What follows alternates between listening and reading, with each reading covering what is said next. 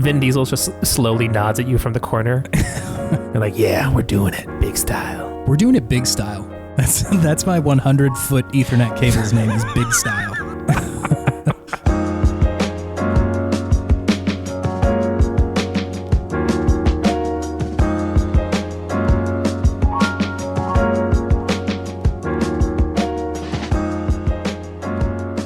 Welcome to Video Game Podtimism. It is the Optimists video game variety show where two best friends talk about the wonderful world of gaming.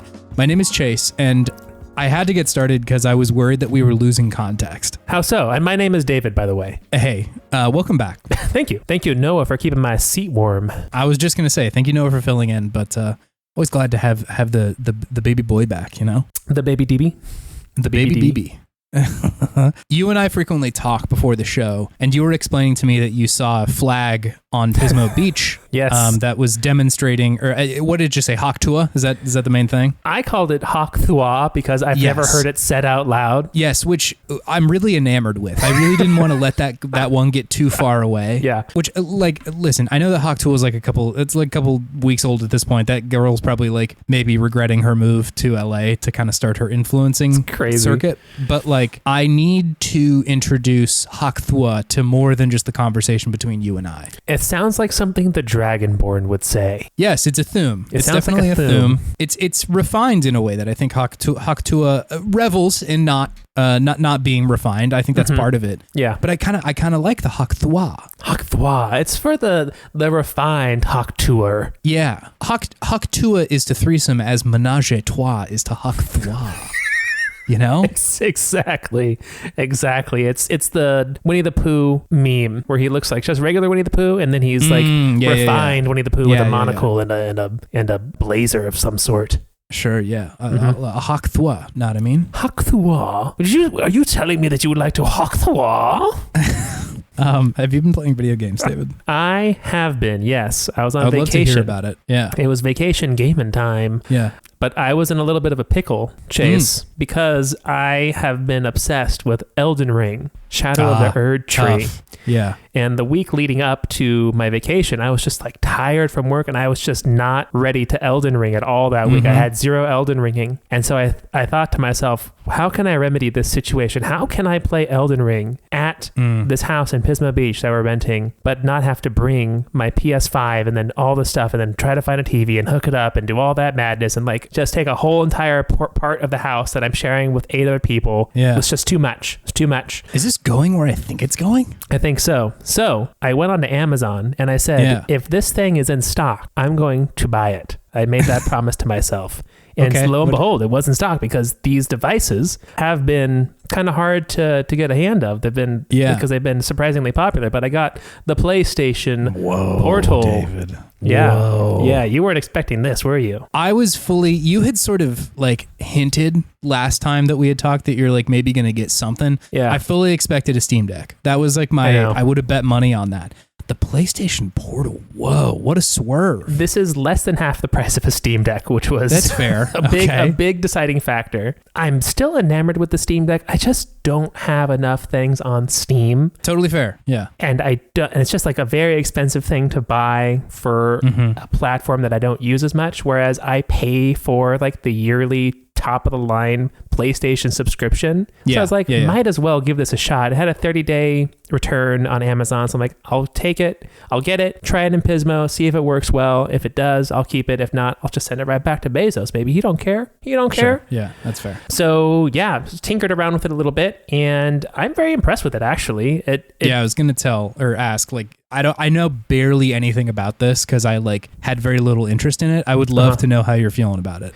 Yeah, so I think I was in line with everyone else's thinking when this thing got announced. Why would I want just a very expensive streaming device for my PlayStation? Why is this the product that they thought to make? For anybody who doesn't know what this is, it essentially looks like a PlayStation 5 controller split in half with a tablet screen kind of in the middle of it. With an 8-inch LCD screen in the middle. Yes. Yeah. So a couple things I think it has going for it right off the bat. It's pretty light for how big it is compared to the Steam Deck, right? Because since it is Steam Deck's heavy. Yeah. Since it is just a streaming device, it's pretty much just the controller and the screen and probably whatever room they needed for just the software to run it on there is. So So I don't like it, and it feels good too. It's like very ergonomical, which I really appreciate because the Switch is not ergonomical at all. It is like anti-ergonomic. You really got to get a separate grip for the Switch to make it feel okay. You got to get a separate grip for the Switch, and there's so many different ones, and they all work at varying degrees depending on how big your hands are. But man, this really does just feel like I am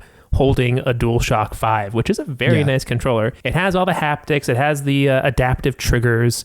So it really still feels like you are playing on a big screen. And the screen, even though it's an LCD screen, is gorgeous. It is a very crisp, clear, nice screen. Gets nice and bright. Of course, some glare, right? But nothing terrible, nothing game breaking. Yeah. I will say that my experience has been very good because I have very high internet speeds. Yeah. I have fiber internet, so I think I get 100 megabits. No. Yes? If you have fiber, it's probably more than that. I think it might be like 100 up, but quite a bit more down. Yeah. I think I usually get like, when I'm hardwired in, I get about 800 megabits a second. Yeah.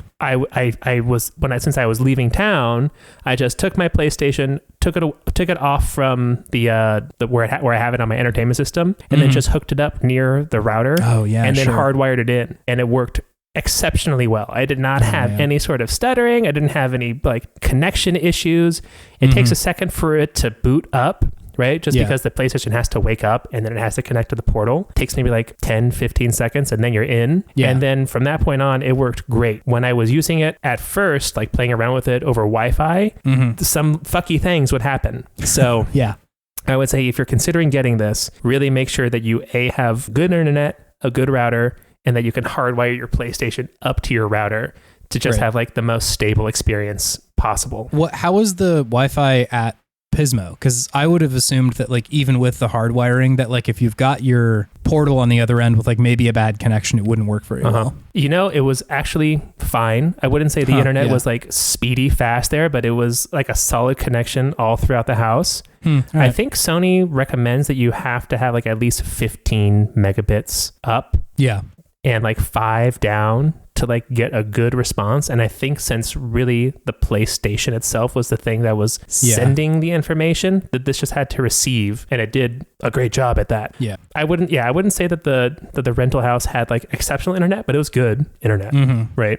To explain a little bit again for people who don't know what this is, the portal essentially just like streams from whatever your PlayStation is doing. So yes, it is a portal to your PlayStation. Yes. Yeah. So if you're at home, I guess if you're at home, but if you're elsewhere, then you can kind of just like use your PlayStation 5 as a streaming box for whatever you've got on there. Exactly. That's interesting. I have tried a couple of different solutions for that kind of stuff. Like I've done the sort of workaround on the Steam Deck where you can essentially play Game Pass through like the browser that's on there. And there's like ways to set it up to the point where it's like, you know, not as painful as like opening Internet Explorer every time you want to do that. Yeah. And sometimes that works, but I feel like I would have had a real hard time playing Elden Ring on it, you know? Like I was playing like Chained Echoes on it when that came out, and that's like just a turn-based RPG. So like reflex time is not necessarily something that's like horribly important to that. Yeah. So it's interesting. Like it's cool to hear that it's working for you. Cause like, I think you wouldn't be able to play Elden Ring. It would be pretty obvious that it's not working. Absolutely. That's why I was like, okay, we have a 30-day money back return. That's fine. I'll try it, see how it goes. Yeah. But I really think that my use case is pretty unique for this, probably, with those 3 things that I have going for it. The good internet, I just bought this router not even a year ago, and the hardwiring of the PlayStation into the router with like a good like category 6 cable or whatever it is. Yeah. So if you can do all of those things, it has kind of actually been a pretty flawless experience when I had all of that set up. So I've been quite impressed for, you know, it's $200, so it is a splurge. Yeah. But, you know, it's just another way for me to be able to play my PlayStation, like if someone's watching TV, if we have guests over, or if I just want to play in bed or just play somewhere else that's not the couch. Because sometimes and sometimes I don't want a huge screen. And then also sometimes I want to play indie games on a smaller screen because I think that's where they feel a little bit better and more at home sometimes. So yeah, I've been very impressed with it so far. So we'll see. Cool. We'll see if there's any changes to that in the future. But yeah, I've been having a great time with it. Elden Ring was great. No boss issues, nothing. Parrying was great. Yeah, it worked wonderfully. I feel like the Switch has really opened my mind to the fact that like I like to play games with other people around, even if they're not playing the game. You know, like I like to do something around M, and like the Switch is perfect for that, where she can be doing something and I can be doing something, and we can still kind of be in the same room. Whereas like it kind of sucks to make the decision of like, I'm going to go in a different room and do a different thing and not be around you. Yeah. Because like, you know, sometimes we don't really have anything to do. Like we can't just stare at each other and be like, well, how was your day? Like we already did that at dinner or something. And so it's like, what are we going to do if neither of us wants to like watch a movie or watch a TV show? And so we kind of just do, you know, parallel hanging. Sometimes it's nice just to share a space with somebody. I get it. Exactly. Yeah. And so like the kind of last holdout of that was the PlayStation for me, because I can do the Game Pass stuff on a couple different devices. And like, especially at my house, it's pretty easy to do that. Yeah. So, I don't know. Look into it. Yeah. Like I said, it was in stock on Amazon, and it's 30 days. You can just return it. Just go to fucking Whole Foods and return it there. It's the easiest thing in the world. Wait, you can take Amazon back to Whole Foods? You didn't know that? No. Yeah, you can return Amazon packages at any Whole Foods. It's all Amazon. I guess that's true. I just never considered taking it back to Whole Foods. Like, hello, Whole Foods. Here's my PlayStation Portal. It wasn't working very well. I don't like sending it back through the mail. It feels weird to me, especially if it's something kind of expensive. So I go to Whole Foods. There's like a little Amazon section back there. You wrap it up yourself. You print out the thing. You drop it at the deli. It is. It's like right behind the cash registers in the one in Santa Barbara. It is just kind of a weird experience. Like, I'm not here to shop. I'm here to return something, and that's it. Not even something I bought here. I would like half a pound of turkey and this 4x10 clothes dryer, outdoor metal, multi-purpose device. Yeah, this weed whacker I bought here on Amazon the other day. I'm returning this. I don't need it. Don't need it anymore. Fine. But could I get some Havarti, please, and thank you? Yeah. Jarlsberg as well, please. Yeah. Please. But yeah, it's fun. Give it a try if you because I know you have good internet. I don't know if you have it hardwired, and I think that really is one of the most important things, is that it's hardwired Ethernet cable to your router. So now I have to find a way to get it. I just had to buy a long Ethernet cable because I'm like, I really want to keep using this, but I need to put it back where the TV is, and I do not have an Ethernet cable long enough to run like underneath the carpet to get to there. So I got one of those really annoying long cables that I run out to like the TV area in case something really needs the juice, you know? Yeah. Like I'm downloading some gigantic game and it's like, it's going to be like a couple days until it's ready. I'm like, no, bro. You get the NOS button. We're going to send you down the Autobahn. Yeah. Vin Diesel just slowly nods at you from the corner. You're like, yeah, we're doing it. Big style. We're doing it big style. That's my 100-foot Ethernet cable's name is Big Style. I love that. I love Big Style. Yeah, me too. I like Big Style a lot too. It feels like a person. It feels like another character. And I don't know what their deal is yet, but I want to find out about Big Style. Yeah, this is Big Style.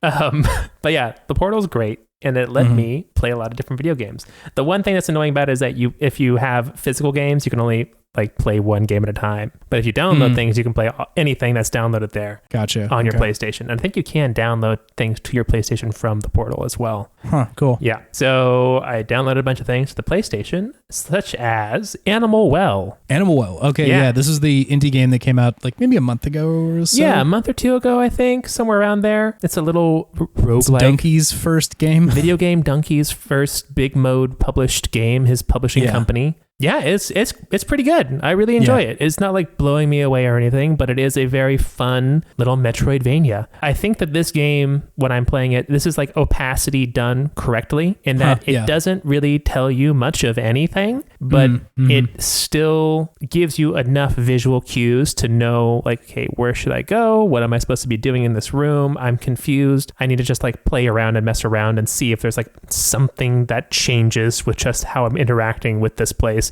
to figure out how to move on. So I think it's a very fun kind of organic way of teaching the player how to interact with the game, because it really is like a lot of visual cues and thinking, okay, these are the rules I have. How can I get to this next spot from where I am given what I have? Because it'll make it somewhat clear like when you are supposed to be able to go to a different side of a room just based off how you've kind of progressed through the map so far. And what you've been doing so far. So I think that is really well done. I really enjoy the vibes of the games. It's like spooky and disquieting. It's not scary, but it's just kind of off. It feels off, weird. Yeah, everything's a little unsettling and like it's kind of like, are these creatures out to get me or not? I don't know. Some of them definitely are. That ostrich neck was spooky. I did not like that ostrich neck, and the cat is way too spooky. Cat is way too spooky. So yeah, I haven't beaten it yet, but it's fun to like I said, get on the portal and just kind of go through a couple rooms, make a little progress, and then turn that baby off. So yeah, sure. Animal Well, it's a fun time.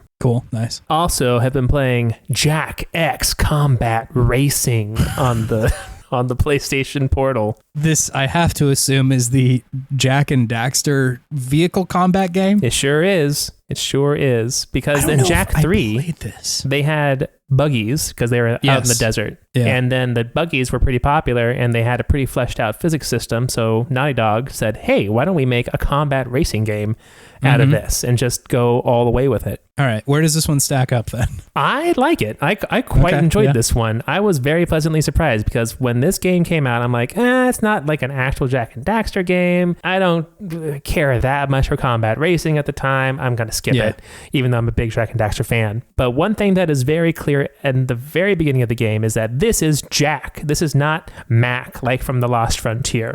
This is the real Jak and Daxter. This is the man himself. It just has Naughty Dog's writing and cinematography and just their panache for making engaging characters and cutscenes already right there, ready to go. And the beginning cutscene is actually pretty fun in just a ridiculous way because it's Daxter in a bar talking all sorts of shit like Daxter does, and then it just keeps on cutting to Jak like racing through the streets of the city out in the desert. I forget what it's called, and it's just I forget what song it is. What's that song? It's a pretty sweet hard rock song. Oh my god, the soundtrack is so weird. No, I'm on the Wikipedia. It said composed primarily of Billy Howardell of A Perfect Circle, with assistance from members of various other bands, including The Crystal Method, Limp Bizkit, Tool, The Offspring, Faith No More, Nine Inch Nails, and Queens of the Stone Age. It's a real vibe. That is so bizarre. It's a real vibe, this game. It says the intro sequence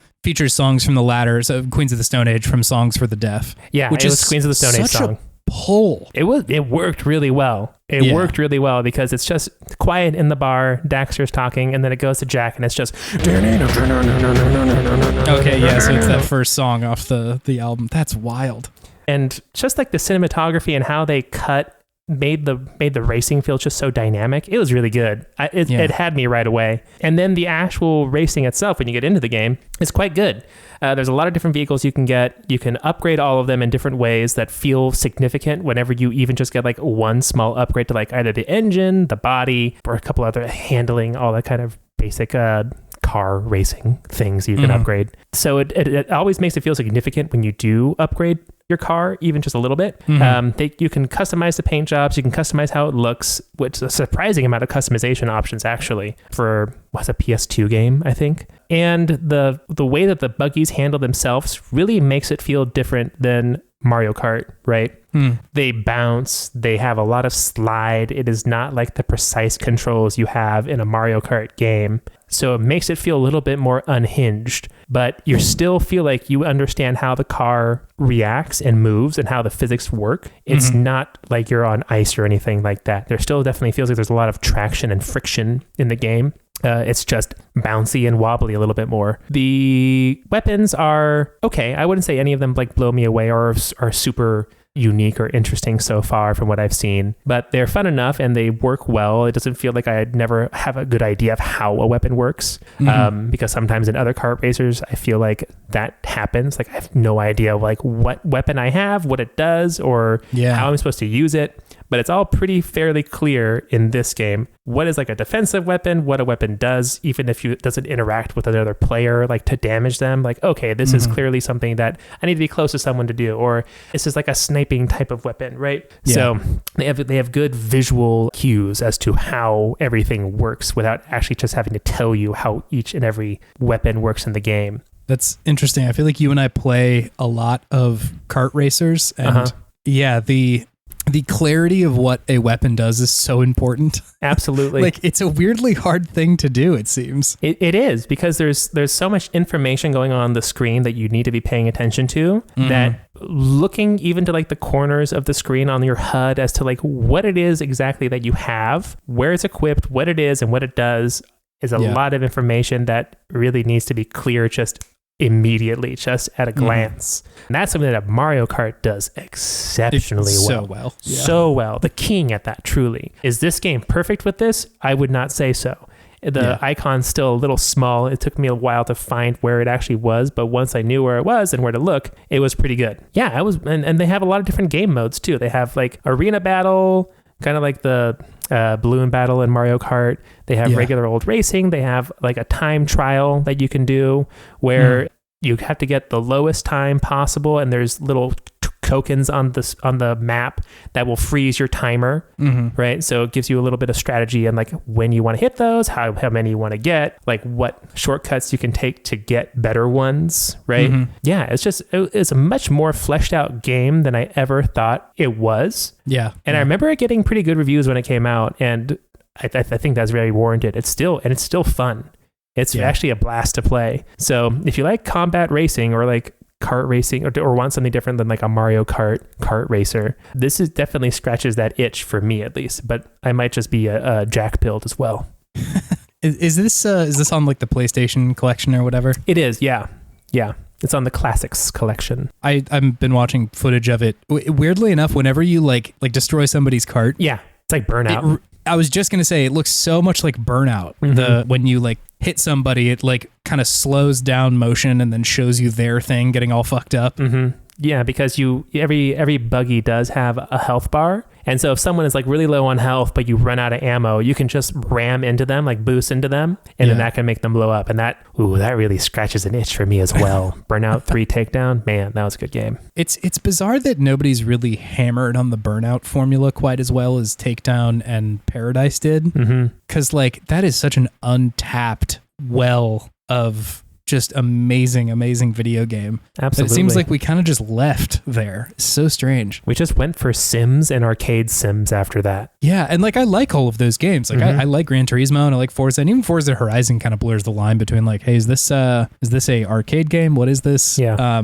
But I would really love if somebody was managed to like get the Burnout formula a little bit closer to 2024. Absolutely. I would love that. Just imagine the particle physics we have nowadays. I know. Yeah, that's the thing. Like it already looked wild on the PlayStation 2. So like have to be able to do something like that. I don't know. Yeah, quick shout out to Burnout 3 Takedown because very good. Man, was it fun to just like wait for a big collision to happen and then blow my car up again for extra points and like just make the biggest crash possible mode. Yeah. So good.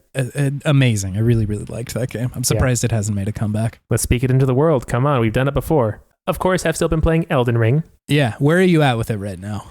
I found Mesmer and he kicked my whole ass. And I was like, I need more Satisfactory fragments, please. Because this is very painful. So I decided I've realized there was like a large area that I had not explored at all. And so I'm out there. I'm in it right now. I'm like in the Finger Valley. You know what I'm talking about? Oh, yeah. I'm over there. there. So frightening. I hate those fingers, dude. Those fingers I know. really disturb me so much, especially since I'm a hand therapist. I'm just like, this is nightmare fuel. This is a nightmare feel. True, yeah. They're coming for me. So yeah, the game is still really exceptional. It's hard to talk about this game separately from Elden Ring, like different from what I've already said about how good that game is. Yeah. It's just impressive that they have made a wholly new area that is still just as entrancing and engaging and fun to just explore as the base game. And it is just, there's so many different layers to it. There's so much depth to it. The combat is still so good, and it's starting to get more difficult now as well, which I love. I love having that mountain to climb, right? It really gives you that kind of, I'm going to just show my elder millennial head here, but like that DBZ feeling of like, this enemy is too hard. It's too powerful. I must go and train, and I'll come back and beat you, and it's going to be great. You got to go into the mountains and scream for a little while. Absolutely. So yeah, and this might be a little spoilery, so just let people know. Careful. Not spoilers for any like beats of the story, but for like an area. And I'll just ask you, Chase, one thing. Yeah. Have you been to the Shaman Village? Yeah, I'm at the final boss of this DLC right now. Okay. That village, the art direction there is so good. It's really amazing. So yeah. I got there today, good. Actually. Just the color and then just the lack of like bombastic music, how it just cuts away and then just this very sad song plays in the background. Because FromSoft doesn't do colorful, and I do sad all the time, but they don't do like colorful that often or quiet that often, but when they do, it really hits. Yeah. So that was one of my favorite areas I've explored in a FromSoft game, was just that area with all those flowers and just how different it was and just the implications for the lore of being there. I was like, damn, this is good. This is so good. Yeah. I love everything that FromSoft has done, I like the vibe that they bring to everything, of just everything being like some variation on a poison swamp. Like exactly. It's all horrendous and horrible, but like that area specifically definitely made me feel like y'all could do pretty and it would be so good. It would be like so amazing. So I don't know. I'm kind of convinced that they could do whatever they want to.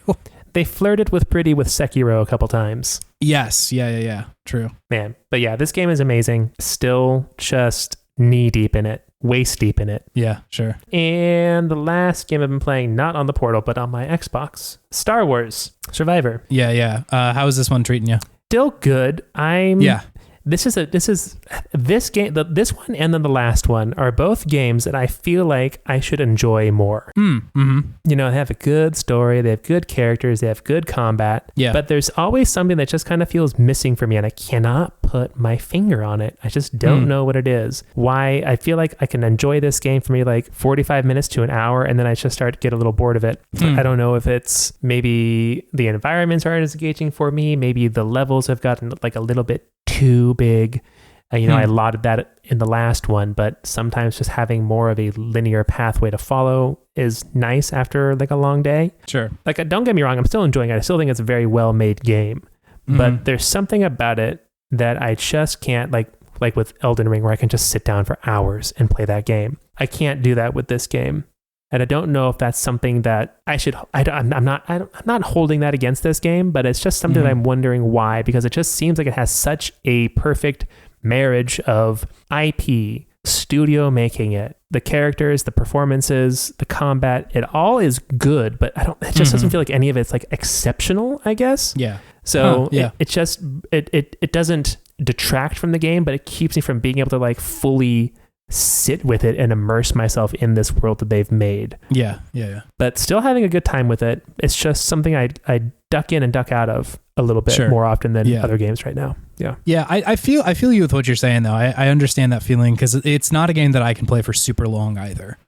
Like in Baldur's Gate 3, where I just open the game, I look at my inventory for an actual calendar hour, and then like start talking to one person and then set it down like, whew, just getting started, and then like play it for another 4 hours or something. It's like, all right, now I'm set up and we can go. Yeah. Whereas like, I agree with like Jedi, I did find myself playing it in kind of smaller chunks. I just wonder if like, the you get the whole experience of the game very often. Like the vertical slice happens pretty quickly. Sure. Yeah. And so like, it's like, do I really want to start like a whole nother story beat and go back and do the whole thing again? Like, no, I'll just wait till next time. Cause like, I agree with you. The feeling does come back where it's like, well, I would like to see what's going on, but it takes a day or two for me to like want to jump right back in there. Same. Rather than, like Elden Ring, I'll just play for hours and hours and hours and hours. Yeah. Elden Ring, I'm just like, is there more? I hope there's more. I hope that's not it. Yeah. I'm like actively hoping that I have not mined everything possible from this game quite yet. Yeah, fair. But yeah, that's all I've been playing. What have you been playing, Chase? Not a ton. Just like calendar wise, Noah and I recorded on Friday, so that was only a few days ago. So my gaming like hasn't changed that much, but I'm still playing. Talked to him a lot about ZZZ, this new Hoyoverse game, which I think I'm still enjoying, but it's showing a little bit of the stuff that I'm not crazy about. The sort of like free to play stuff is coming in, and I think like overall Honkai Star Rail may still be to me like more of a complete experience, but I'm still really enjoying it, and I just love the vibe of this new game. It's like beautiful and amazing, and I really like it. So if nothing else, like I treat these games as before bed games, and so like that's fine if it's like okay right now. Yeah, I'm fine to have it be like a just kind of satisfying experience before I go to bed. But the main things that I've been playing, one, yes, also Elden Ring. I'm at the final boss, and I've been there 4 days. Oh no. It is absolutely kicking my ass. I have switched my builds thrice now to try and overcome my goodness. the situation I've been in. It's really challenging. The final boss is extremely challenging. Great. And I am finding myself getting more frustrated with it. And so that's usually an indication to me. It's like, come back in a few days. Yeah. I was pretty confident the other day because I played it for a long time. Like, you know, right up until I went to bed, I'm like, I'm for sure going to wake up tomorrow and beat this person. Like, that's always how it works. My brain just needs to digest whatever's going on. It's going to be so easy. Get up, get my ass absolutely kicked. do not do very well at all. Wake up, get my ass kicked, go back to sleep. So I don't exactly know what my solution needs to be yet. There's still like a lot of videos coming out about like, hey, here's the builds that we think are pretty good right now. And like, I don't think I'm nearly good enough to just go in there with a whatever build and beat this person. Yeah. Because it's just so fucking hard. And it's also like, I don't think this is a huge spoiler. The boss has 2 phases. That's like a part of it. Absolutely. And first phase, I've kind of got, right? Like still gonna kick my ass a little bit. But phase 2 is just fucking brutal. And I have the problem is like, again, with these phased bosses, it's like to even start to learn how to get better at the thing that you need to do, you have to beat the first part. And by that point, my heart's already racing. I'm already stressed and I'm like, oh, I only got 3 flasks left. I better like pay attention to see what attacks this person's doing. And then, you know, they pull something that I'm like, I don't know how to dodge it, and then just immediately die. So if their first move is their super secret special move that they haven't done in the previous 20 rounds. Correct. Just like, yeah, there's definitely that. This person also has Melania syndrome where like the first attack that they do is just brutal. So it's like you kind of have to be like ready for that nonsense. So I don't know. I don't know what the hell build I'm going to do. I keep trying new ones, and each time I go in there, I'm like, I got you now, fucker. And then I'm doing less damage than I was the previous time. So I'm like, all right, I gotta figure something else out here. I think I'm probably just like slightly underleveled as well. I have every shadow tree fragment, so that's not the problem. Yeah. And like literally all 50 of them. I was like, that's going to be the fix. Got them all. Nope. Still getting my ass kicked. Got all the little like, oh God, what are they? Not the shadow tree fragments, but the other thing that you collect. Oh, the revered ashes. Yes, the thing to strengthen torrent and your spirit ashes. Got that maxed out. Nope, still getting my ass kicked. Still getting rocked by this big tough fella. Yeah, so we'll see. I think I'm just going to take a break from it for a few days and play something else to kind of like let my brain reset and then come back and try it again. Just go fight the Orphan of Kos. Yeah, I mean, that's the thing is like I've played that Bloodborne expansion a couple times and like I think I got that guy's number. I think I've kind of got him. Plus with Bloodborne, like the builds are all just so like you can just have one that beats people up really quickly. Yeah. Like it's already been solved. Like people have been playing it for so long that they're like, you just got to do this, that, and the other, and it'll get you where you need to be. Whereas because Elden Ring's so new still, or at least the DLC, like people are still kind of mining around to be like, what's the good shit? What's like the stuff that is actually very strong and amazing? Because, you know, everybody is in a rush right now, at least on YouTube, of like, I got to get this video out so it like does well so that I can get a bunch of views.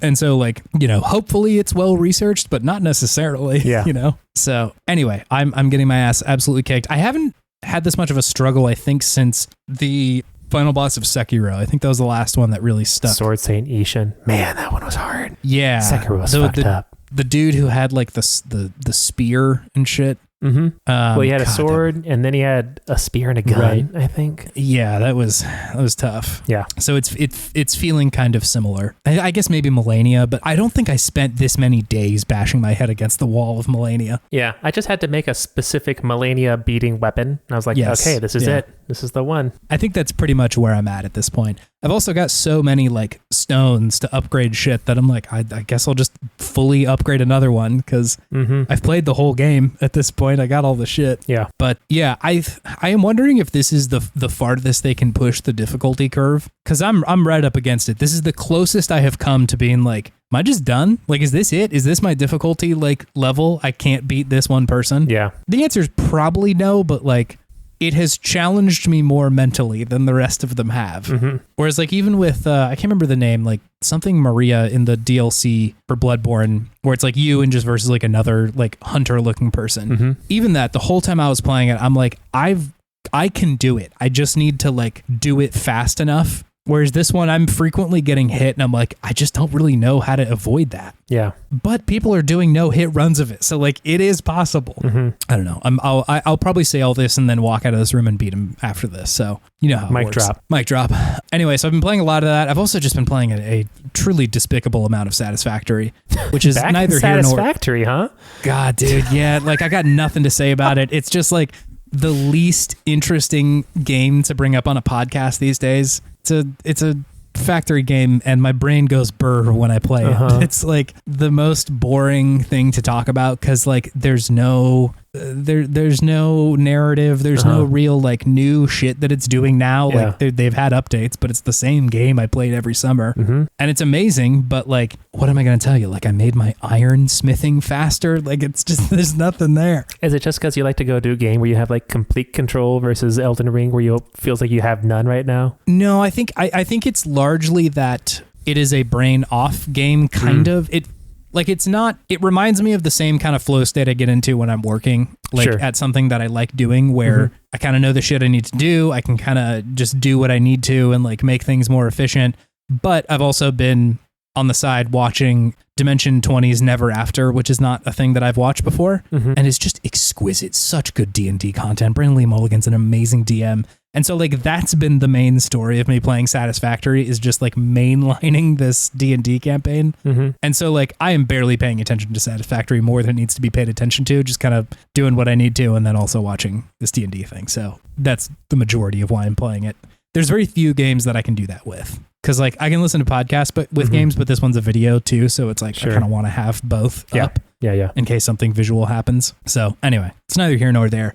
Finally, David, the last game I've been playing is NHL 24. It's football, baby. NHL. This is Chase's football. This is Chase's football and basketball. This is my big football. Hockey head, puck head. Yeah, it's me, puck boy. I enjoy hockey. You're a Sharks fan, San Jose? I am Seattle Kraken now. Seattle Kraken fan. That is true. Very fun. Love to be in on the ground floor. Can't be a bandwagon if you're there from day one. Fair enough. As a recently added NHL team. But you can't be a traitor to your prior team. I didn't really have one. If there was a Sacramento team, I would feel nothing but loyalty. The Sacramento Otters. Yeah, exactly. The sea rats. But Sea Rats. Hell yeah, dude. I'd love the Sacramento Sea Rats and alliterates and everything. That'd be cool. Just to go along with the River Cats. The Sea Rats. I like that a lot. Oh, man, that's a good name. But because San Jose was so good for a long time and like also it's the Bay, I was like, I don't know if I can really like root for them that hard, you know?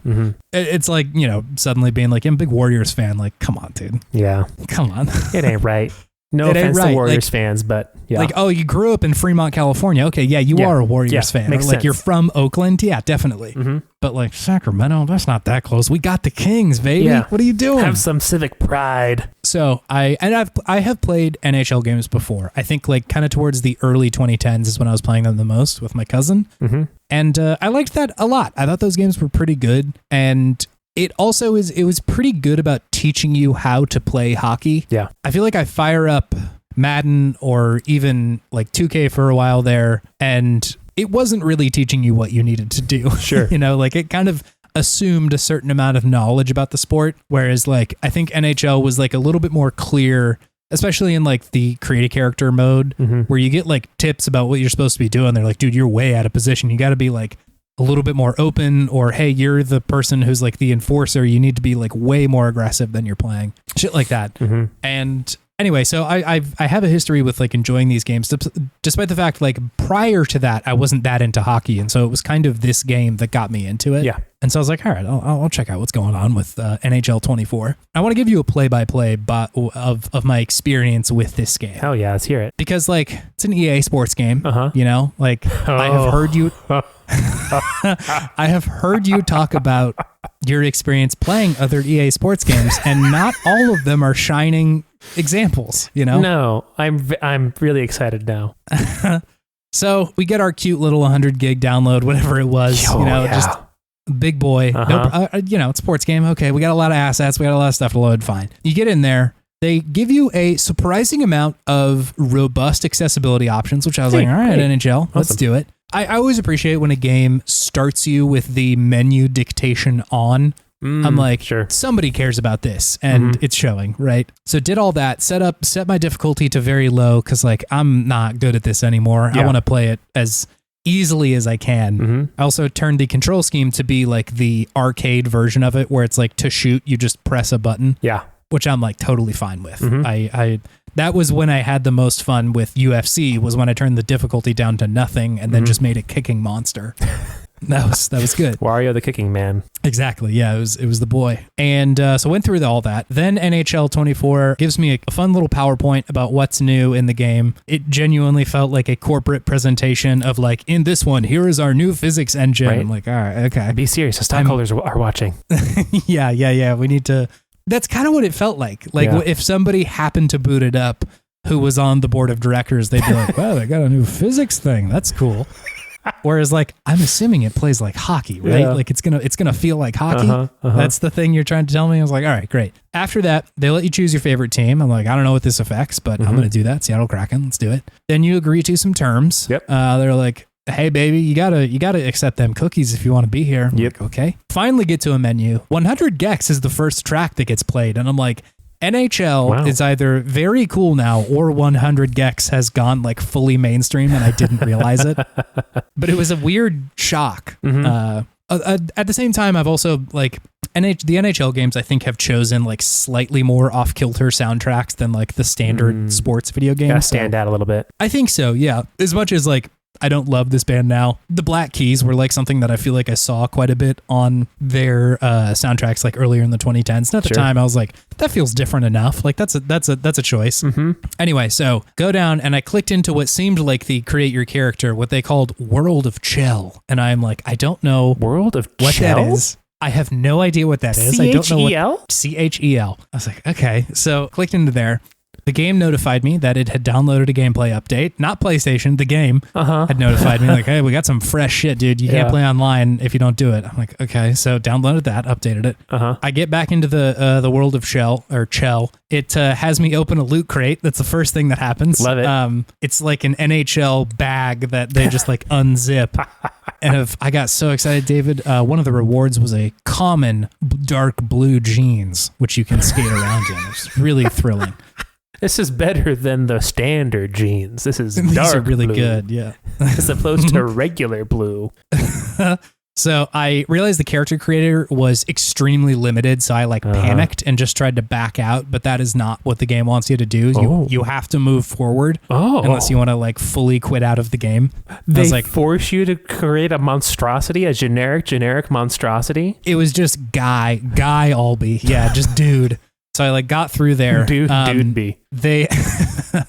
They offered me a battle pass, which was very kind.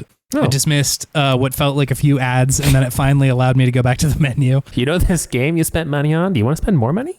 How about a battle pass for hockey?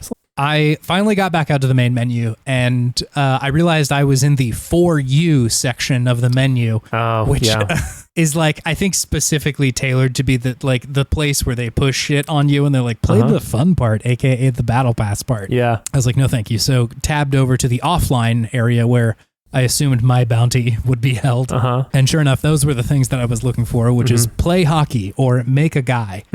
So I went into the custom character mode. Was hoping that there would be some more options. There were not, but decided to fuck them up in other ways. So I made Chalky NHL. First name Chalky, last name NHL. Mr. NHL is my dad. You can call me Chalky. It was the auto-filled last name was NHL. And I'm like, I'm not going to get better than that. That's a bold move to be like, anyone who plays this game, default your last name is NHL. We own you. Yeah, either we own you or it's in your blood, one or the other. They had a really robust name for the nickname section, essentially the thing that I think the announcers will call you. They have that in all the EA games. It was honestly an overwhelming amount of options. It's insane, yeah. So opted for Carmichael, hometown hero. Whoa, they had a Carmichael for your nickname? Yep. I'm always Miracle Man. It's Chalky Carmichael NHL, which I really appreciate you. How do you spell Chalky? Really appreciate. It's CHOCKEY, so hockey, but with CH at the beginning. Just put a C in front of hockey? I was starting my name, and then I decided to combine Chase and hockey into Chalky. So is the default name Hockey NHL? No, I don't remember what the default first name was. Oh, okay. It was something else. But that would have been pretty sick if their main normal dude is just Hockey NHL. Love it. Sport fan guy. So essentially it doesn't really let you customize their face very much. It's just like you choose a preset. Yeah. One of them really looks like Tig Notaro, so I decided to just make that my character. So right. Tig is now in the NHL. In my game. They start throwing some pretty wild UI elements on screen about like, and I assume that most of this is me not knowing what it is, because I get in there and, you know, there's just so much shit on screen. I'm like, I haven't played a real sports game in so long. Mm-hmm. And so we've got dials for likability and my like reputation among the team and shit like that. And it starts introducing you to like, hey, you have to do these interviews with the press, and it will like, depending on what answer you give, it'll either up your like stardom or your likability among the team. Like your managers will like it more and shit. Which I was like, hey, is this an RPG now? Or when do I get to kiss Garrus? Like, when is that part of this game? I did the first couple of games, and like the first one is I'm assuming kind of a standard create your character thing in a sports game where it's like you play just like the final game of whatever league you're in before you get drafted onto a team, and did that, got a couple of goals, so I got drafted. There you go. I think it just put me on the Kraken because they're like, you like them, right? Yeah, that's why I'd asked that in the beginning. Yes, yeah. Which was fun, and I really enjoyed, I know I've been kind of talking a lot of shit on the EA of all of this, but like the actual hockey's still pretty fun, right? And I enjoy that part of it. Yeah. And it's like everything else in there is kind of the problematic part, and it's a bummer because like even at this point, I don't remember there being this interesting of like difficulty options in the old NHL. That I may be wrong about that. I may have just not been that interested in it at the time, but I really, really liked that I was able to like turn the difficulty down and play with a very simplified version to the point where like I'm kind of playing an arcade NHL game at this point. Yeah. You could play the full simulation intense wild mode, but like you don't have to. That's not the thing you like need to do. Yep. And so like in a way they've built in a bunch of different games in here just based on the difficulty. And I think that that's like neat, despite the fact like, you know, this doesn't look like what I would expect maybe an arcade NHL game to be like. Sure. And I know that there was that throwback hockey game a little while ago. I can't remember what that was called, but like it's similar to that. And so I think it's cool that they have got both in there. And you know, I think the draw is just like the hockey, you know, like you can go in there and play a quick game and that's like fine. I really don't know the usage numbers of like, are most people just playing pickup games? Are they doing a character, create a character? I really don't know. It feels like there's a lot of effort in the like custom career shit, but I have no idea. Is there a big story? Not dramatically. It's like they really try to have a story in the football and the basketball ones. Mixed reviews. I was just going to say that's the dream for me is like they come out one year and the reviewers are like, listen, it's Madden still, but like the story bangs, you know, like that would be really, really good. And I would absolutely buy a copy and play the whole thing if that was the story, you know? But yeah, most of the stuff that I've heard is like, it's okay. And like they hired the real players to do the voiceovers and most of them are not professional voice actors. It's so which good. Like that kind of adds to the charm to me of like having a truly horrendous voice performance of like, this person plays basketball. They are not a trained voice actor. What are they doing in here? Right. But that's kind of amazing to like be able to see them reading the piece of paper that has their lines on it in the game is just truly incredible. Exactly.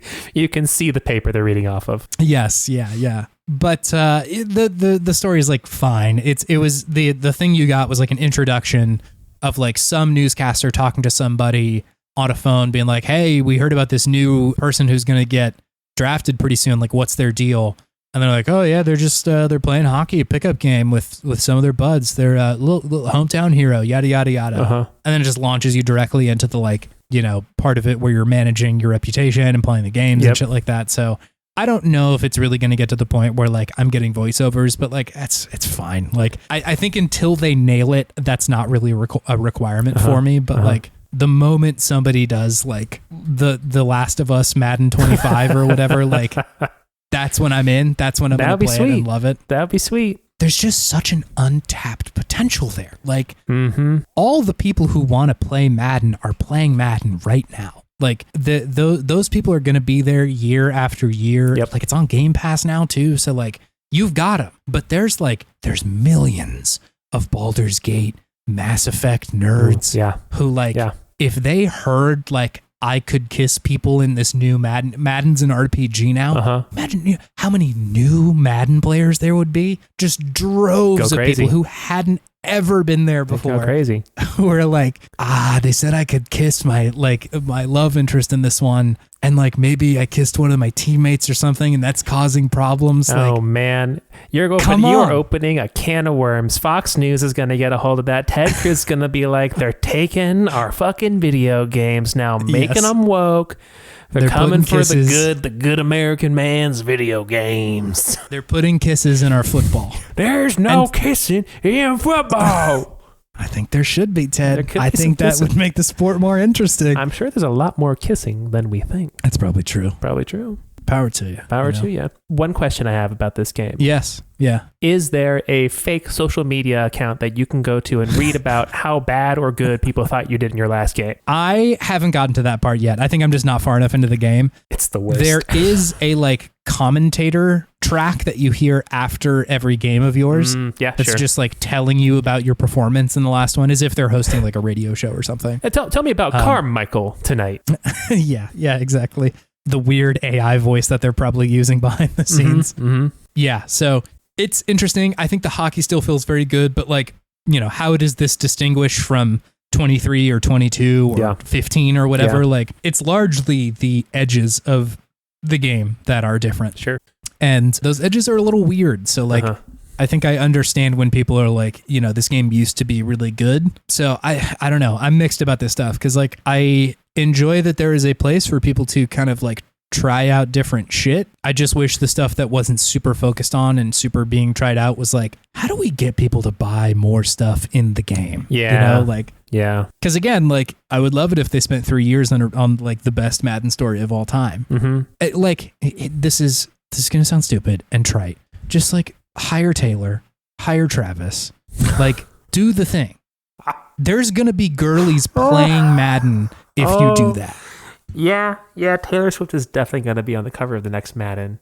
Oh my God. Can you imagine the internet's response to that? Here's what's going to happen. It's also going to ship with a microphone peripheral, and there's going to be mini games where you play a game as Travis Kelce on the Kansas City Chiefs, and then all of a sudden, hey, you're in Europe, you're in Asia, you're in Miami, and you are now Taylor Swift, and you gotta be ready and know the lyrics to the next song that's coming up on the Eras tour. Otherwise, it's over. Travis is gonna get a handicap in the next game. He can't catch the ball good if you don't sing right. Taylor forgot a lyric at the Eras tour last night, and I'm just not feeling good right now, man. I'm really down today.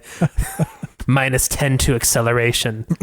He's not breaking away from any of those defensive backs now. Anyway, so the hockey's pretty good. I'm having a good time with hockey, but the game is still a little weird. The EA games, man, they're so frustrating because the UI and UX is just so aggressively anti-player. Yeah. It's just because they know what's good. There's a nugget of goodness, but you just have to just have to really dig for it to get there.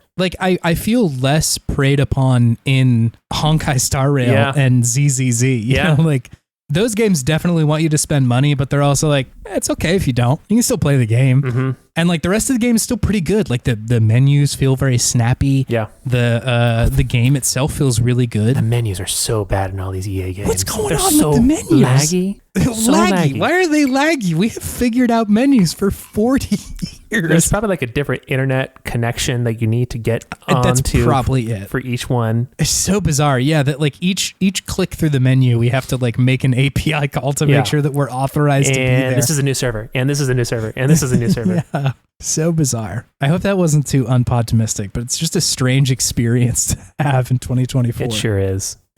Menus not being very good. Anyway, this will all bring me to my podtimistic thing of the week, David. Which is? I've talked about it before, and I will talk about it again. It's people who are better than me at FromSoft games showing me how to beat someone in FromSoft. There you go. I was getting absolutely bodied by this last boss, and I still am, but I've got that first phase kind of under my belt at this point. And that is largely to the soldiers out there on the front lines either somehow doing a no-hit run at level 1, which is like a crime. I think they should be arrested, but I also appreciate their effort. So either that or somebody who's like, I saw a dude today who was like, he was trying to commentate along while he beat the boss, and he got through the first phase doing that, and then voice over the next one. He's like, hey, I couldn't talk very well over this next part, so I'm just going to record over it now. So funny. Respect. Man. Respect. Yeah, like he still beat him, so it wasn't that big of a deal. But just like appreciate someone showing me exactly how to do it, because like the windows for like being able to dodge these things is so small that like you really got to figure this shit out. And I wasn't able to do it on my own, but I appreciate that somebody else did. So shouts out the internet. Shouts out the internet. David, do you have something fueling your sense of optimism this week? I do. What is it? It is the Nier Automata anime. Okay. Wow. Has this been out? This has been out for a little while. It's right? on. Yeah. It was out, and then it like the production stopped for one reason or another, but then it started back up when I didn't realize. But it's all out on Crunchyroll now. Okay. Cool. So I started watching I watched the first episode, and it's good. It's good. I think it's a faithful adaptation of the game. Sure. They're doing a good job of explaining what is going on and what it's based off of, but still making it feel interesting and unique. And they're doing a good job of melding the two parallel storylines together at the same time, which it gives it a very different feel than the game does, right? Because you've experienced everything linearly, right? But then you know that things are happening parallel, right?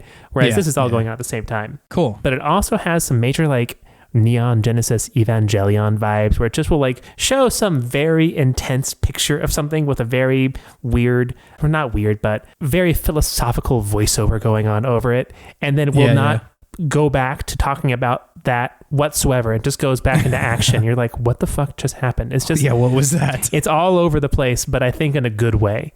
So I'm excited to watch in the way that Nier needs to be. Exactly, right? And I was like, if it didn't feel like this, if it just felt like an action anime, this would not feel like Nier. So yeah, I think they're doing a good, faithful job of not just conveying the story in a way that makes sense for a serialized content, but also conveying the themes and the vibe of the game as well. Yeah, that's cool as hell. I might check it out. I didn't realize it was just like a retelling of the story. I thought it was like some other thing, and I was like, there's no way it's going to be that good. But I've just watched the first episode, so far it really has just been like that first level of the game. So we'll see. Maybe they do something different. It would be so fucking Yoko Taro to make the ending of the show a little different than the ending of the game. Sure would. It looks good. The like art style looks really cool. I'm kind of flipping through it on Crunchyroll right now. No, it's well done. It's well done. Also, I think it's pronounced Evangelion. Really? I think Evangelion is pretty good too, though. I like that too. Evangelion conjures a sort of like a Smucker's anime crossover that I really like that. I'm really into that. Would Neon Genesis Evangelion be like Ross Geller's telling of it? Yeah, that's Ross's version in parentheses. Jellion is the Smucker's crossover. Ross's version. Yes, exactly. Not to correct you, nothing matters, but it was a funny thing that I like didn't want to interrupt you for, but I was like, I can't let jelly go. It's so good. Well, do you say GIF or do you say GIF? I say GIF. I think that's exactly the argument we're having now. Yeah, the same thing. How do you pronounce your G's? Your goos, your J's. Softly? I don't know which one that is. You're doing a hard G. Yeah. I like a soft G. Do you want to move on to our main thing, David? Yeah, let's do it. All right, cool.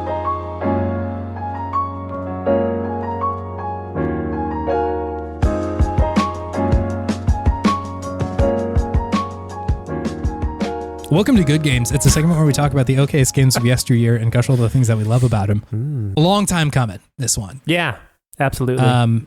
This has been sitting on our inbox for a while, and like I feel like at least every other week or once a month we'll be like, is it time to do this? And then we'll look at the re-release of The World Ends With You, the game we're talking about, on Switch, and it's always 60 bones, and we're just like, are we gonna walk down this path right now?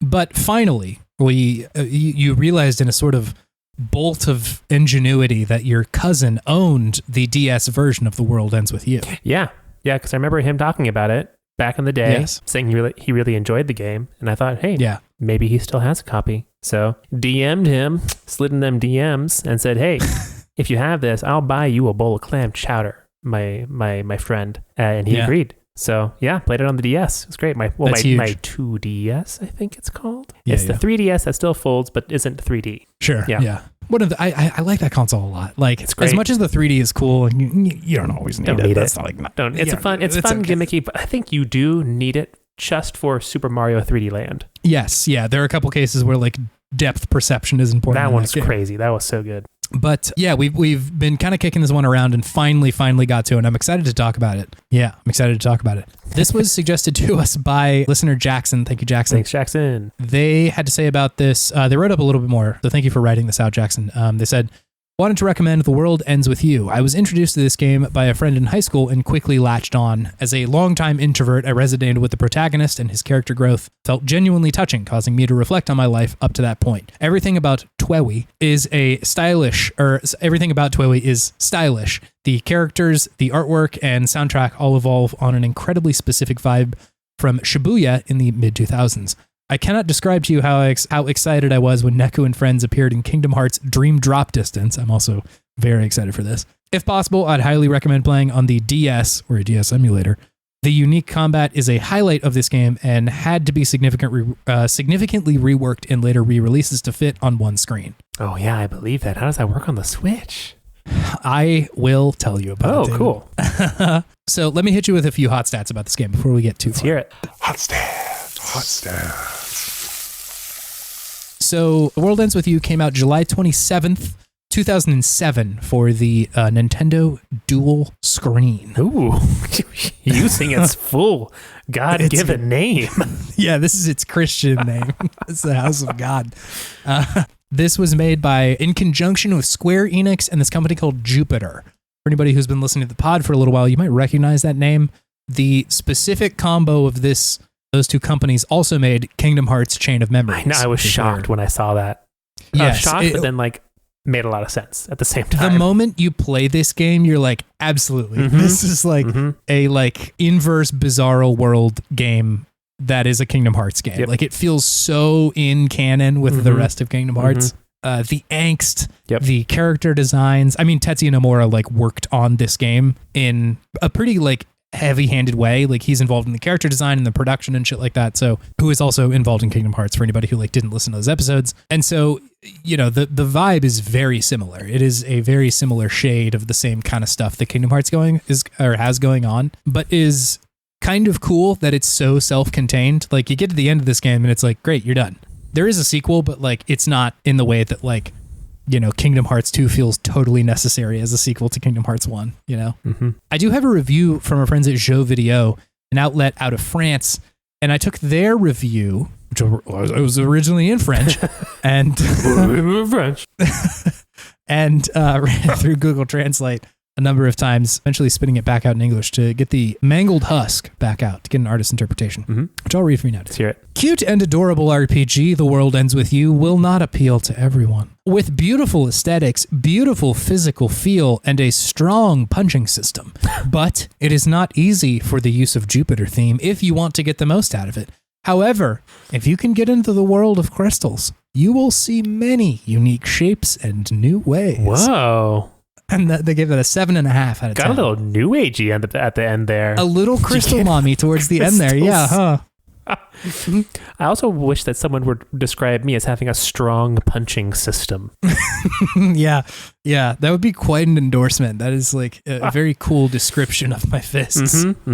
He's got a really great punching system on it. He's got that shit totally Look at down. that punching system on that guy. It's top of the line. It's just striking me now that Crystal Mommies and Final Fantasy are sort of connected in a certain way. Oh yeah? Crystal Chronicle Mommies? Crystal Chronicle Mommies. Crystal Mommy Chronicles. I would play that game, to be fair. Could you tell me what The World Ends With You is, David? Yes, The World Ends With You is a very stylized JRPG. You take on the role of Neku, who is a young boy who is being forced into playing some very strange game and now has suddenly psychic powers that are activated by different pins that he can collect in the world. The story is bananas, but pretty much revolves around Neku fighting these creatures called the Noise, and you team up with other characters for like a week at a time over the course of, what's it, 3 weeks? I think so. Yeah, 3 it's weeks. a 3-week game. So each week you have a different partner who has different abilities, and you have to kind of play with differently, and you learn a lot about them as well. It's a very like character story driven game as well. The interactions and how everyone views each other and talks to each other is very important in the game.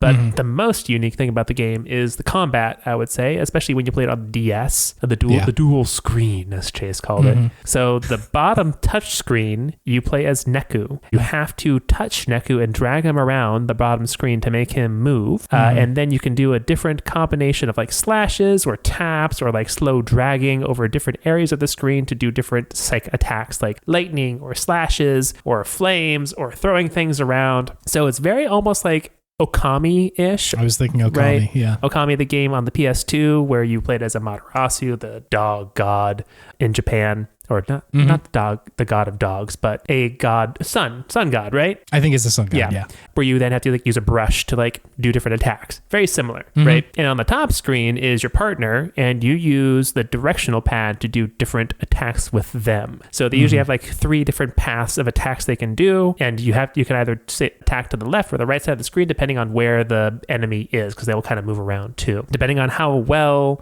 one character does, they'll pass like a little light puck, they call it, between the 2 screens, and then whoever has the light puck at that time does more damage. So you really want to make sure like you're kind of keeping track of who has the light puck, where all the monsters are on each screen, what each character is doing, and you're controlling all of it. So it's a lot of things to keep track of all at once. Yeah, it's shocking how kind of quick it is to learn how to do it, but it is pretty difficult to master this because, like I said, it's just a lot of information. You have to be constantly scanning and thinking and realizing where everybody is at one time. And it is kind of hard to hold the DS in a way that feels comfortable. Yes. To do both holding on to tap effectively and then also use your thumb to control the character on the top screen. Although you can just let them go on auto, which is that your partner can go on just auto. If you don't input anything for them, they'll just kind of do whatever they want, which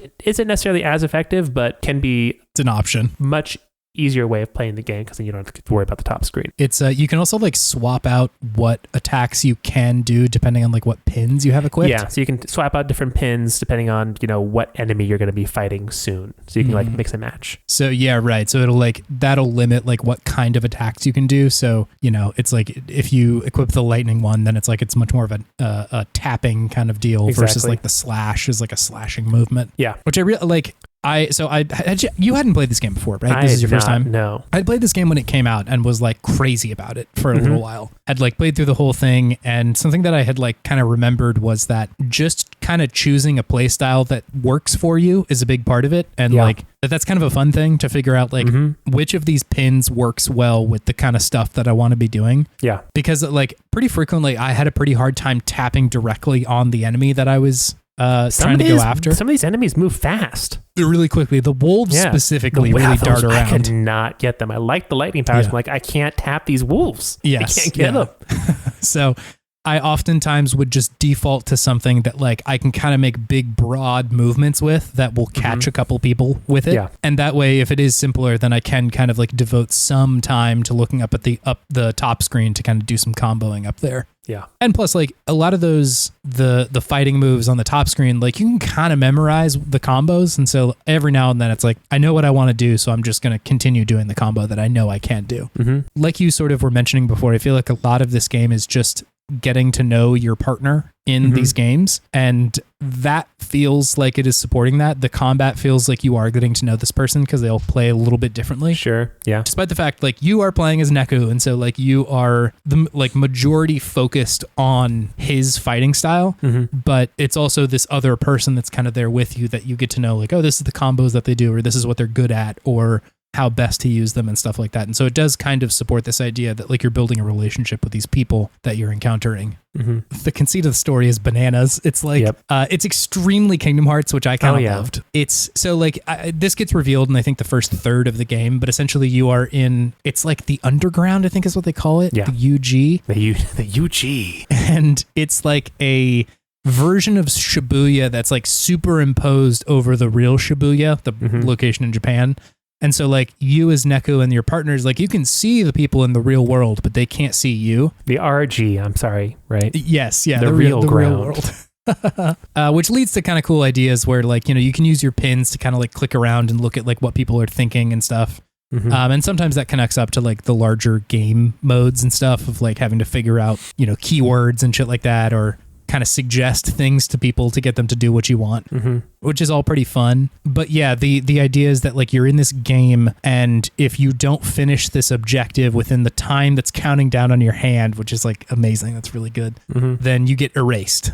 Which is like, fully killed. But they kind of start to add wrinkles to this of like, well, there's other people playing right now. And if they if they finish the objective, then everybody's okay as well. Like that's part of it. But also there are people named Reapers who are like working for people who kind of coordinate this game in the first place. And they're actively trying to get in your way and fuck you up. And how far did you get in this? How much of this shit do you know? I looked up the story. All right, perfect. That's all I need to know. I got probably like 3 or 4 hours into it. Yeah. Without really going super hard on spoilers, like this is kind of a, some sort of beyond life zone. It's not the afterlife. A beyond life zone. Yeah, you get what I'm saying here. Beyond life. It's a very Hideo Kojima way of saying it. Yeah. And everybody has sort of like given something to be here. There's like a cost to being at this place. And I think that that's kind of the driving factor of the story is like, what did you lose and what are you trying to get back by playing this? Neku conveniently does not have any of his memories in the beginning. So like, and there's kind of a reason for that. But yeah, the setup is such that like all these characters are fighting for something. And so like, that's kind of a core part of it of like, what is the thing that is driving you forward? Yeah. So yeah, I barely left any room to talk here. What did you think about this game, David? Oh, it's fine. I really enjoyed it. It is very unique. I've never played a game that really uses both screens of the DS quite like this, where you really it really is like it's one big screen. Like you really have to pay attention to everything. So it's challenging just visually being able to do that. But the way that it handles itself when you're doing that, I think is pretty adept. And it does feel in a way in keeping with the gameplay of Chain of Memories in a strange way. It feels like an evolution of that game. If it just went down a different pathway and then added a bunch of different bells and whistles to it, but you can see where those games are connected, which is really interesting to me. Yeah, there's like the connection of like equipping different attack types like in between battles and sort of like making yourself a very specific build that just you use. The space that Neku moves around in during battles feels very similar to how it is in Chain of Memories. Just instead of hitting people with card attacks, you hit them with psych attacks instead by touching the screen. I really enjoyed the story. The story is bonkers wackadoodle. More comprehensible than a Kingdom Hearts story in general, I would say, but not by too much. Yeah, it's not a country mile. Like it's pretty close. It's close. It gets it a run for its money. But I do think that, like with Kingdom Hearts, the theme of the story shines throughout, which is like this emphasis on personal growth, reflecting on what you value on in yourself and in life in general. And how to change for the better. So I really liked that they went for that sort of theme for this game. I think that's not something you necessarily see too often, and I thought they did it well from what I experienced and then what I read afterwards.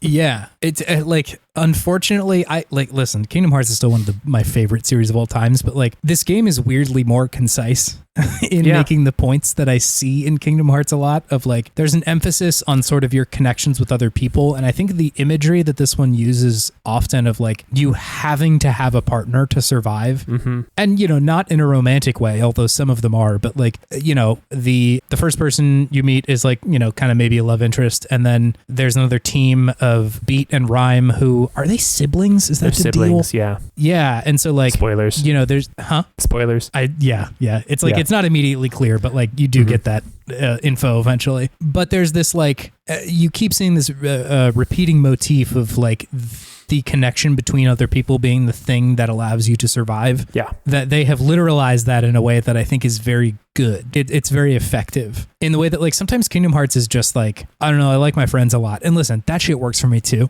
Like that works. But I think like the metaphor is a little bit stronger here. Yeah. At least as far as like clarity goes. Yeah. It sacrifices some vibes for clarity.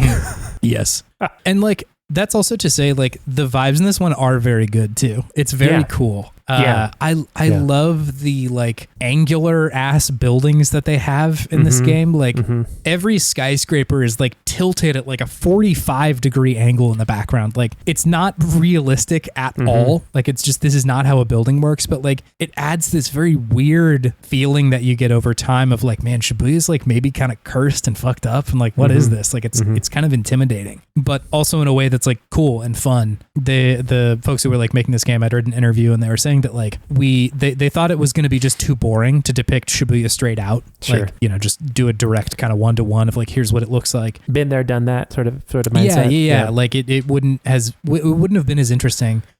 And I don't know if I totally agree with that, but I love the art style that they landed on here. Like both the angular design and then just like kind of the weird 2000s like grunge filters and shit that it has on everything. Some of the background is like, it's got like what looks like paint strokes on the edge of it. So it's like, it's kind of this like, I don't know, strange background effect that kind of makes it look a little punched out. And then obviously like the character designs, like Tetsuya Nomura is like firing on all fucking cylinders in this game. The character designs are pretty great. Everyone has such a great fit in this game. Yeah.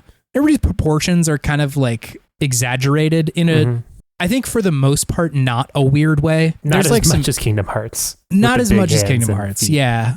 And like not like anime weird. Like some of the character designs are a little bit weird of like, does that amount of their hip need to be showing?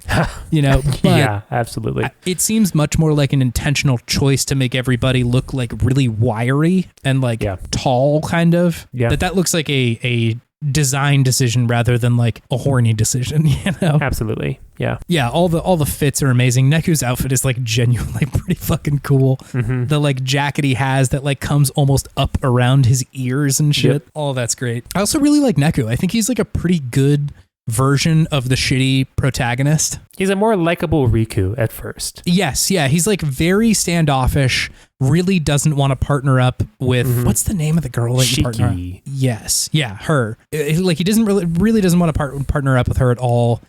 And like kind of tries to pretend that he doesn't care about a lot of other people. Yeah. And that is like so clearly a front. You know, other people just slow me down. I don't need other people. I'm better off on my own. That kind of. That's like the first thing you hear out of his mouth in the beginning is like him saying like, "Get out of my way," you know. And it's like, you know, I'm having sort of a similar experience that I did with Kingdom Hearts when I was playing Kingdom Hearts 1 of like, I'm an adult dude at this point. And the thing that I felt when I was playing this when I was young was a little bit more empathy, whereas this one is a little bit closer to sympathy of like, this poor boy, you know, like I feel for this kid because he's clearly like going lost through it. And like, this is his response to the world, right?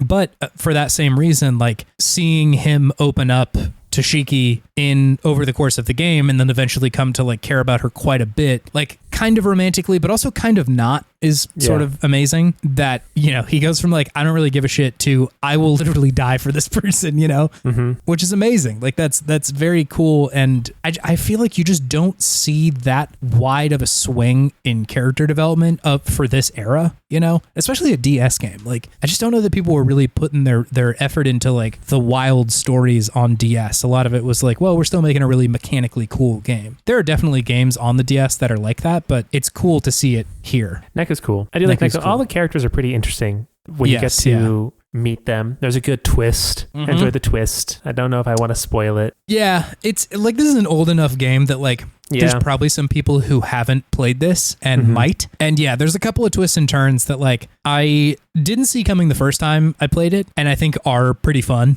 And so a lot of that worked for me. It's like pretty Kingdom Heartsy kind of twist stuff of like who's bad and who's good and shit like that. But I like all that. Again, we're preaching to the choir here about what style of game works for us. Yeah, this feels like the young adult novel version of Kingdom Hearts in a way. A little bit, yeah. Kingdom Hearts. I guess Kingdom Hearts is also kind of young adult novel-y, but that's more like 12 to 15, where this is like 15 to 18. You know what I mean? Wow. Late teens. The mature. Yeah. Kingdom Hearts. I think it's like the stuff that works about Kingdom Hearts is true here too. Like the angst of it all is very present and it feels right in line with that. And so I think all of that still feels appropriate and for me works. Like, I think that it is a easy thing to want to have a edgy main character in a RPG of this era. Everybody was like, dude, Cloud Strife was so fucking cool. How do we make our own Cloud Strife? And like, that's a hard thing to do because they did pretty good with Neku. I think is the thing. Like, he's similarly standoffish, but you do get the other end of it of seeing the change in him and seeing him evolve and be like, actually, I really do care about this. And yes, this definitely was a front. It was a protection mechanism. But like, you gain sympathy for like, I understand why he's like this. And also I'm excited to see him be different too. Exactly. Yeah. It's very rewarding. Yeah. The way he changes. Yeah, totally. Jackson had sort of like alluded to similar stuff of like, feeling like an introvert and like resonated with this person who is also probably uncomfortable talking to a lot of people and puts up a front of like, I'm over it and I don't care and all that sort of stuff. And like, I will also say that for anybody who's maybe a little bit younger than us, that was a very prevalent response to feeling uncomfortable at the time. It may still be. I don't know. I'm 32. No, I'm 33. And yeah, you're not in the 32 club anymore. Get out. Yeah, sorry. I don't mean to step on your toes. I got less than a month left. I'm living it right now. You're almost there. But the whole like emo movement thing was very present at this moment. Sure. And like the angst of like, I'm gonna pretend like I'm over it and too cool for school and like, I don't like anybody. That's like you saw that a lot, at least in media, but like I definitely felt that too of like, I didn't know how to talk to people. I was also very angsty and like my response was like, I gotta have like a cool guy outer shell and pretend that like nothing matters, despite the fact like shit definitely matters and I'm feeling a lot of this. Beneath those bleached tips was a very tender heart. It's true. Hey, the bleach tips were 6th grade, and then I like started like fully listening to Under Oath in like 9th grade. So there was a few years there. Fair enough. But yeah, I think it like works for the moment. I'd be interested to hear like from maybe folks who are a little bit younger and like, especially folks who are like closer to this age, like, does this still work? Does this feel honest still? Because I think that was part of it for me at the time, that like there was a nugget of truth in how these characters acted, Neku especially, that it felt like, yeah, I get who this guy is and I get why he's responding to it. But I wonder if that's still true. I don't know if like the zeitgeist is such that like that response is still what people would reach for if they're like angsty and going through it, It might be different. Like I have no idea, but I think for the moment it was in, it felt like, honest and good. Yeah. The shopping was kind of bizarre, huh? That part was weird. So strange. You like go into actual Shibuya shops and they're like, hey, this is not the underground anymore. It's the real world again. You can just buy shit if you want to. I kind of liked it. I was like, I'm here for it. I always like a good shop in a game. Me too. And it connects up to the sort of like undercurrent of culture that this game has going for it, right? Of like, Shibuya is like just north of Harajuku, and like it's all got this sort of like connection to fashion, especially at this moment. And so like, I think that the game is very much taking the place into consideration when it's building this game. Like it feels Shibuya-y. Even like, this is obviously 20 years after the fact now, but like when I was there, it feels similar, right? Of like, kind of like cool and pristine. And like, there's a lot of like kind of really interesting outfits people are walking around in and shit. And also like wildly busy in the way that this game also depicts it as. Did you bring your Neku cosplay to Japan with you to go to wear Shibuya? Oh my God. That would be so cool. I'd be the coolest guy. I bet there's a lot of Neku cosplay. I bet that's not an uncommon thing to see there. I would be shocked if there wasn't Neku cosplayers are going there often. Yeah. Plus there's just like it's really unfathomable until you go there of like how many fucking people are in Shibuya Crossing at any one point. Yeah. Sort of shocking of like, there are hundreds of people moving through the street right now. It is a very strange experience. Scramble Crossing. Yeah, baby. Scramble it up. I have to take this moment to mention the music. It's very good. It's very cool. It's very mid-2000s, I would say. Yes. Yeah. Yes. It's like a shade away from being a Persona soundtrack. Like, I hear that. Yeah. it's like not exactly the same, but like you kind of squint and you're like, all right, that might be a background song in a Persona game. It's not quite jazzy enough, but yes, it's close. Yeah. I'll put in the kind of like main battle theme song here because it feels just right in the context of this game. And then close your eyes and imagine Persona, and you'll see it. You'll see it.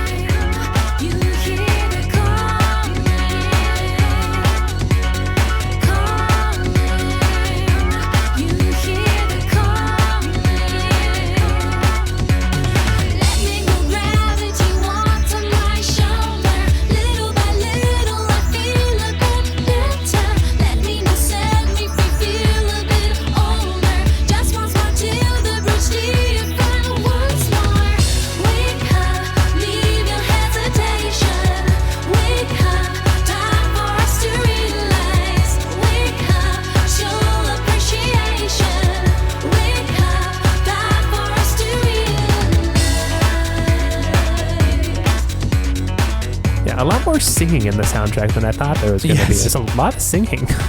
It's pretty surprising, again, just because it's on a DS of like, y'all got space for this? Is this going to work? Right. It's half the cartridge. Yeah, it's not a very, it's like, it's bigger than a Game Boy was, but like not that much. No. You got full songs on here. It's the dual screens, baby. It's great. I was worried that this game would not hold up as much as it does. And I think that it doesn't speak to me in the same way that it did when I was like, God, when this game came out, 2006, 2007. Yeah, when I was 16. Like it doesn't hit me in the same way that it did then, and like, you know, in the same way that Kingdom Hearts doesn't, but it still feels honest and good to me that like it still is hitting the marks that I think it wants to. And I sort of alluded to this earlier, but like it's better on the DS. Like if you're going to play this game, the DS is the way to go. Yeah. Like, how do they change it on the Switch? How do they make it work? They merged both places. So it's one screen, but they sort of combined some of the controls for the game. So like you still have the touch screen, if you're playing in handheld. So like, you know, the swiping and the kind of dragging across to hit people is there, but to use your partner's, or at least Shiki's powers, like you had to poke the opponent, so like click on them, which works for some of them, but like for people like the wolves, I'm like, I'm never going to catch this dude. There's no way I'm going to be able to click on him with enough accuracy to like hit him a number of times. And so like the feeling that you were describing of like this kind of frantic peeking back and forth of screens, like, all right, let me manage the bottom screen. Let me take a look up here, see what's going on. Yeah. I'm going to hit the puck up there. All right, Shiki's done with her turn. I'm going to come back down here and go to Neku. That's not really present in the Switch version. It's just a lot more of like, I feel like an iPad kid just trying to like slam my fingers on the screen fast enough to make it work. Yeah. And that like, I'm not crazy about that. I think like there is something to be said for the DS, and like, in a bunch of these interviews, Nomura and a lot of the other people working on it were like, we are specifically trying to make a game for the DS. Yeah. Like something that could only come out on the DS. And I think that the Switch release kind of proves that they were onto something there. Sure. Because you put it on the Switch, it doesn't work as well. Like it's not the same game. If that's your only option, like it's not bad, but like maybe don't play in docked mode, because you have to use the Joy-Con to like point at the screen, and that's like pretty tough. It's pretty hard to play the game like that. Yeah, that's a no-go. Yeah, just treat your Switch like a tablet and play it like that. But yeah, I think that they clearly nailed something here for better or worse, that like this is a game that should exist on the dual screen. Because it doesn't translate elsewhere. I've heard that it got ported to the phones and that was okay, but I think that like I can see that working. Smaller, but could still work. Smaller.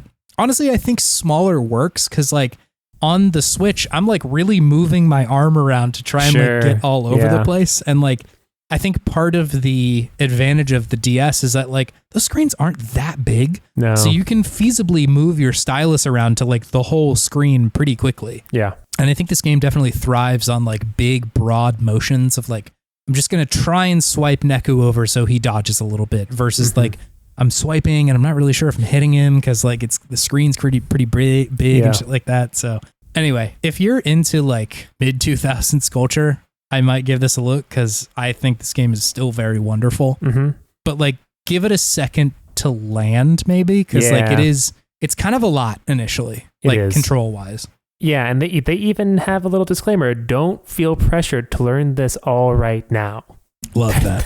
I really appreciated that. I'm like, thank you, game developer. But yeah, it's a lot.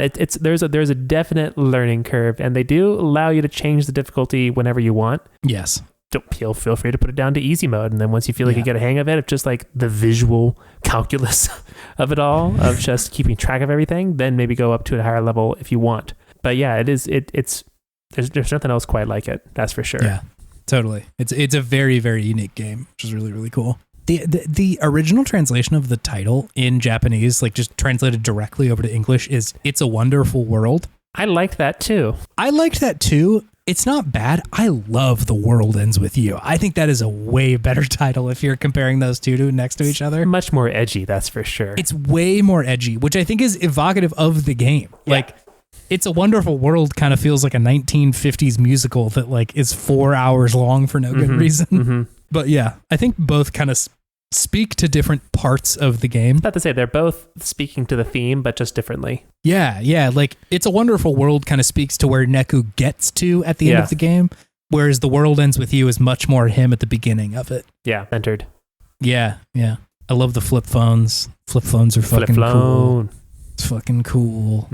Yeah, they really nailed teen culture. They got it. I mean, at the time, that might have unfortunately been pretty accurate. Yeah, like the part where he's like, Shiki's like looking at her phone. He's like, she's just playing with her phone now, and then just leaves without saying anything. Just like, damn, relax, dude. Yeah. It's got a lot of edge in the beginning. Look at our text messages. You really gotta look at your thumbs when you're doing that QWERTY board. Yeah, and texting on a flip phone is not the easiest thing to do. No. And the only other thing I wanted to mention that is just sort of a bizarre fact about this is I read that they altered the North American version to have less information overload in the tutorials. Really? That they were like, these fucking Americans can't handle it. These dumb Americans will be scared away by the game.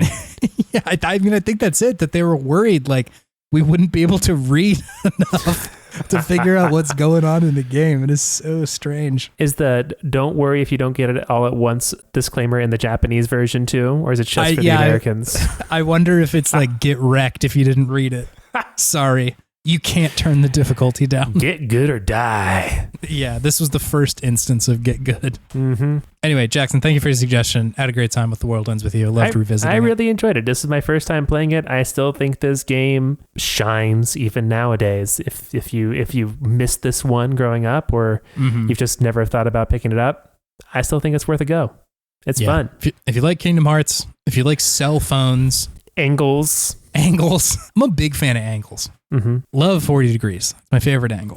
What about 38? It's pretty good. What was the thing we said earlier? Big stylin'? Was that? Ooh, big style. Big style.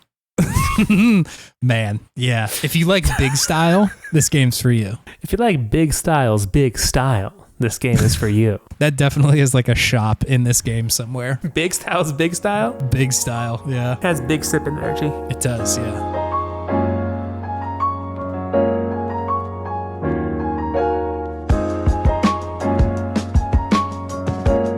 If you would like to interact with our podcast more, you can go to our website, podtimism.com.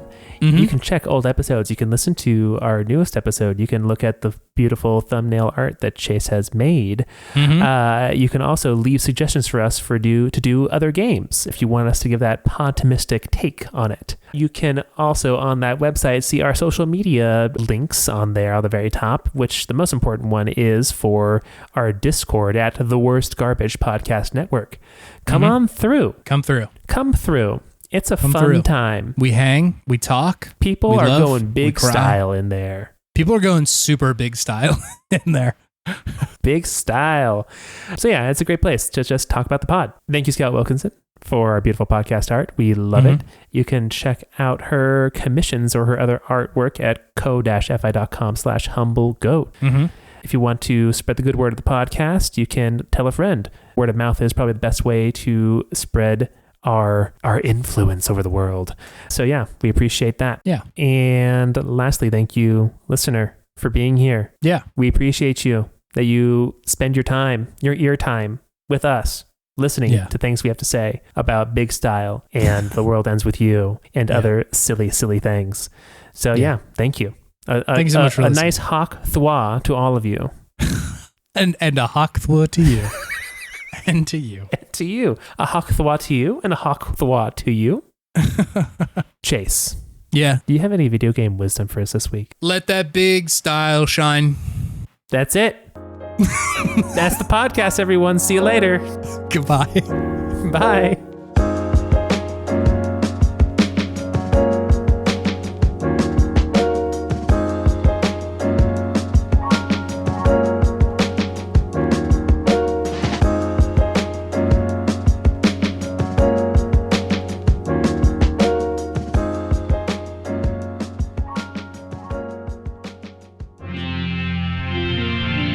TWG, the worst garbage, online.